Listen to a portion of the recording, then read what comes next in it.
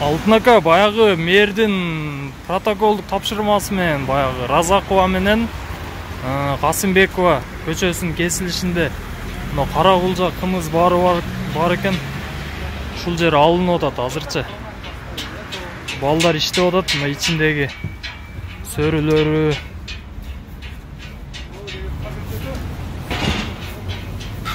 Решеткалары.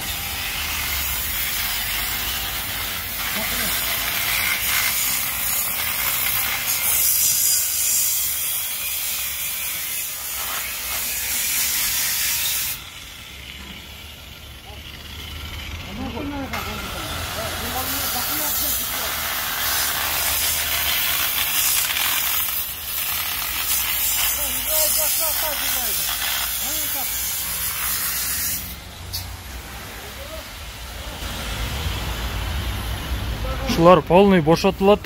Бүгүн эртең 2-3 күндө.